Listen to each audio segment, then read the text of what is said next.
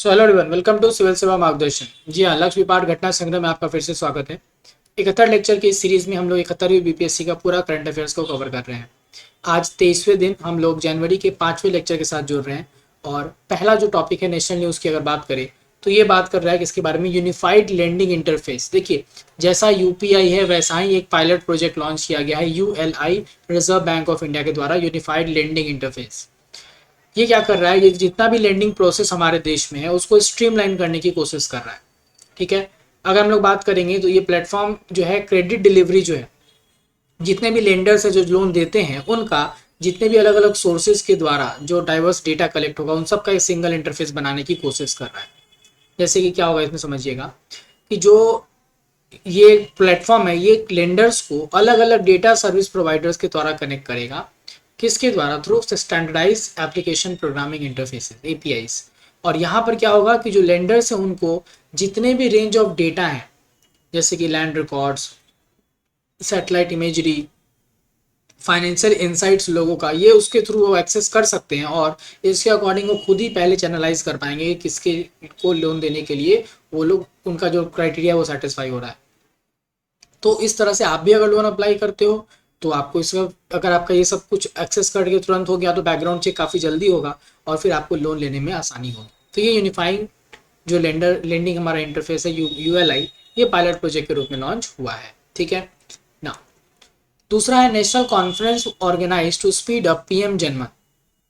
Now PM Janman scheme which has already been launched in 2023 on 15th of November has now been, you can say, it is being enhanced, and for that purpose a conference was organized, a national conference of district magistrate, जितने भी district magistrate उनका national conference हुआ था इसी scheme के implementation को और तेजी से करने के लिए।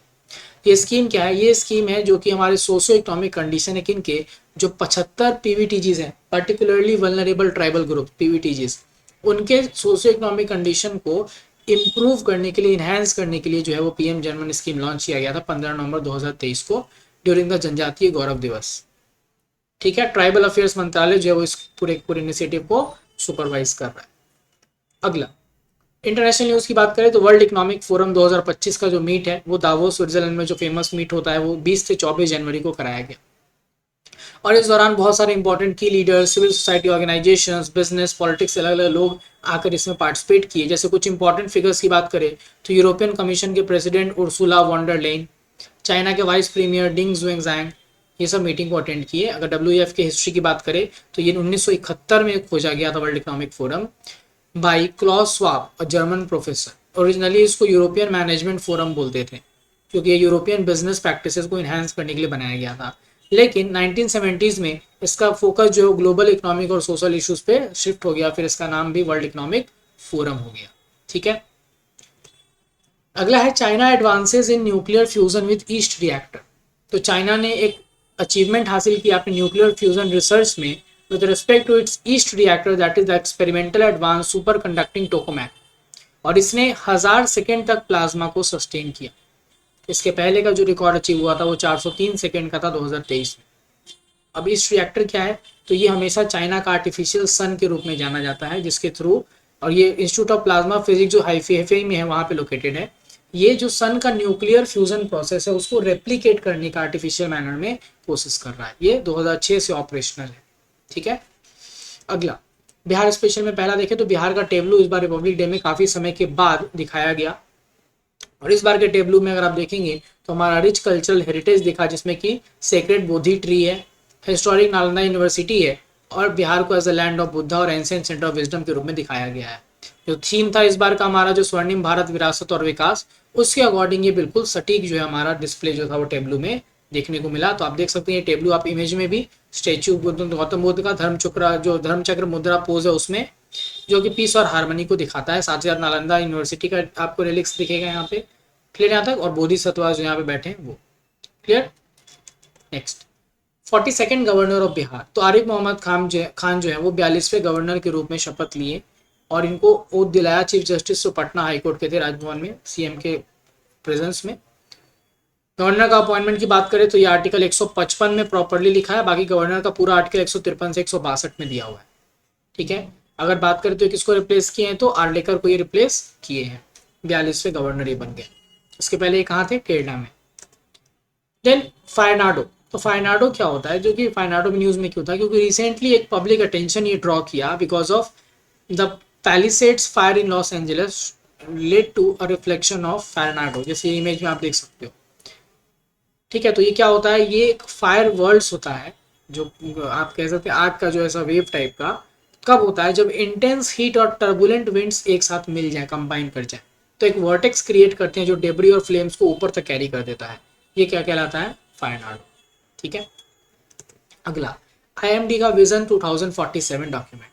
तो आईएमडी ने अपना 150वां जो स्थापना दिवस है वो सेलिब्रेट किया, और उसी दौरान प्राइम मिनिस्टर ने विजन 2047 डॉक्यूमेंट को रिवील किया, जहाँ पे इनके कुछ गोल्स जो है वो टारगेट किए गए हैं कि ये हमको अचीव करना है। और टारगेट में क्या है, तो जो वेदर फॉरकास्ट अगले 3 दिन का है उसमें 100% एक्यूरेसी टारगेट करना है, 5 दिन के लिए 90% टारगेट करना है। ठीक है, और इस इनिशिएटिव के द्वारा क्या लिखा गया है कि जो अदर सीवियर वेदर डिटेक्शन है गांव के लेवल पे, उसको इस तरह से कर लेना है कि 2047 तक ऐसे इवेंट से 0 फैटेलिटीज यानी कोई भी नुकसान ना हो। ठीक है, अगला कनुमा पांडुगा फेस्टिवल। देखिए कनुमा पांडुगा एक वाइब्रेंट फेस्टिवल है जो आंध्र प्रदेश भारत में मनाया जाता है, जो मकर संक्रांति के साथ मतलब आप कह सकते हैं कोइंसाइड करता है। तो 15 जनवरी को ये सेलिब्रेट हुआ मकर संक्रांति के दिन। कनुमा पांडुगा कहाँ पे? आंध्र प्रदेश में। ये किस चीज के लेकर होता है, तो ये बताता है कि सूरज जो है वो जोडियक साइन कैप्रिकॉर्न में एंटर कर रहा है, जो हिंदू कैलेंडर में काफी इंपॉर्टेंट एक डे माना जाता है। लेकिन बाकी फेस्टिवल की तरह नहीं, ये हर साल सेम डे यानी 15 तारीख को ही मनाया जाएगा। ठीक है, इस फेस्टिवल में आप देखेंगे तो सेलिब्रेशन के साथ साथ कैटल को ऑनर किया जाता है और उनको सेक्रेड बीइंग्स माना जाता है। Last, New Zealand cricketer Martin Guptill retired from international cricket. तो 9 जनवरी 2025 को जो 38 साल के मार्टिन गप्टिल उन्होंने रिटायरमेंट फाइनली ले लिया। ये टोटल 367 गेम खेले न्यूजीलैंड के लिए, और ये पहले न्यूजीलैंड के क्रिकेटर बने जिन्होंने डबल सेंचुरी अचीव किया था, जिसमें इन्होंने 237 रन आईसीसी वर्ल्ड कप में, जो हमारा 50 ओवर्स का वर्ल्ड कप है, उससे क्वार्टर फाइनल में वेस्ट इंडीज के खिलाफ मारा था। ठीक है, आइए वन लाइनर को देखते हैं। तो जो थ्रेट एक्टर्स के द्वारा अगर आप देखेंगे जो अटैक को लेकर, उसमें इंडिया का रैंक सेकंड आया, ऐसा क्लाउड एसिक जो है वो रिपोर्ट बताता है। यूनाइटेड स्टेट्स फर्स्ट रैंक पे है। सिंगापुर 2025 का मोस्ट पावरफुल पासपोर्ट को लीड करता है और इंडिया का रैंक 85 है हैंडली पासपोर्ट इंडेक्स में। इंडियन हाई कमीशन जो श्रीलंका में, उसने पहला हिंदी सर्टिफिकेट कोर्स ओपन किया। नीरज चोपड़ा को best javelin thrower of the year US magazine ने दिया। जॉन महामा जो है वो घाना के प्रेसिडेंट के रूप में स्वर्ण किए गए। लेबनान का पार्लियामेंट जो है वो आर्मी कमांडर जोसेफ आउन को अपना प्रेसिडेंट चुना। निकोलस मदुरो वेनेजुएला के प्रेसिडेंट के रूप में शपथ लिए दोबारा से। देवजीत साइकिया जो है वो बीसीसीआई के सेक्रेटरी अपॉइंट हुए, और प्रवतेज सिंह को ट्रेजर अपॉइंट किया गया। पहला एस्ट्रोनॉमिकल ऑब्जर्वेटरी ईस्टर्न इंडिया का जो है बंगाल में इनॉग्रेट हुआ, और ओम बिरला ने all India presiding officers conference जो है पटना में इनॉग्रेट किया है। क्वेश्चंस पे आते हैं। पहला, पोलावरम इरिगेशन प्रोजेक्ट जो है, जो एक मेजर डैम इनिशिएटिव है, वो आंध्र प्रदेश में किस नदी के ऊपर है? तो ये आपको किसके ऊपर है? गोदावरी नदी के ऊपर। यूरोपा जो कि एस्ट्रोनॉमर्स के द्वारा न्यूज में मेंशन किया गया था, यूरोपा किस सोलर सिस्टम में किस प्लैनेट का मून है? तो ये जुपिटर का मून है। किसका? जुपिटर का। इंडिया में जो एक्सपोर्ट इंस्पेक्शन काउंसिल है वो किस मिनिस्ट्री के अंदर काम करता है? तो एक्सपोर्ट इंस्पेक्शन काउंसिल जो वो कॉमर्स और इंडस्ट्री मिनिस्ट्री के अंदर काम करता है। एक public event know your army fair 2025 जो है वो इंडियन आर्मी के जो चीजें हैं, इंडियन आर्मी का जो शोकेस है उसको लोगों तक दिखाने के लिए ऑर्गेनाइज कराया गया था। कहाँ पे? हैदराबाद में। इनिशिएटिव सशक्त बेटी और ई दृष्टि की जब हम बात करते हैं तो ये लॉन्च हुआ था किसके द्वारा? यूनियन मिनिस्ट्री के द्वारा। ये आप बात करेंगे मिनिस्ट्री ऑफ एजुकेशन के द्वारा ये लॉन्च हुआ था। अब्दाली एक शॉर्ट रेंज बैलिस्टिक मिसाइल है जो कि किस देश के द्वारा डेवलप किया गया है? तो ये पाकिस्तान के द्वारा अब्दाली मिसाइल सिस्टम डेवलप किया गया है। पीएम जो है उन्होंने एक नया सेंट्रल आयुर्वेदा रिसर्च इंस्टीट्यूट जो है वो नई दिल्ली में स्टैब्लिश किया है। किसमें? नई दिल्ली में। मुकुना ब्रैक्टेरिटा जो कि इन्वायरमेंटल में आपको न्यूज में रहा था, वो अपने रैपिड स्प्रेड, बहुत तेजी में जो उसका फैलाव उसके लिए फेमस हुआ। ये है बेसिकली क्या? तो ये एक इन्वेसिव प्लांट स्पीसीज है। क्या है? Invasive plant species.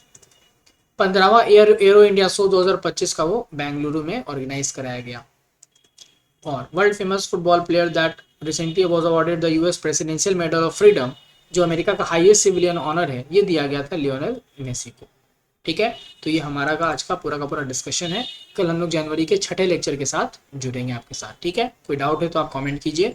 और हाँ, फरवरी महीने का जो हमारा हिंदी मीडियम का मैगजीन है वो भी ग्रुप में भेजा जा चुका है। और साथ ही साथ जो मैगजीन है वो आपको बोरिंग रोड में आपको पंचमुखी मंदिर में जो हमारा किताब का दुकान है वहाँ पर आपको ये मिल सकता है, ठीक है। चलो, थैंक यू।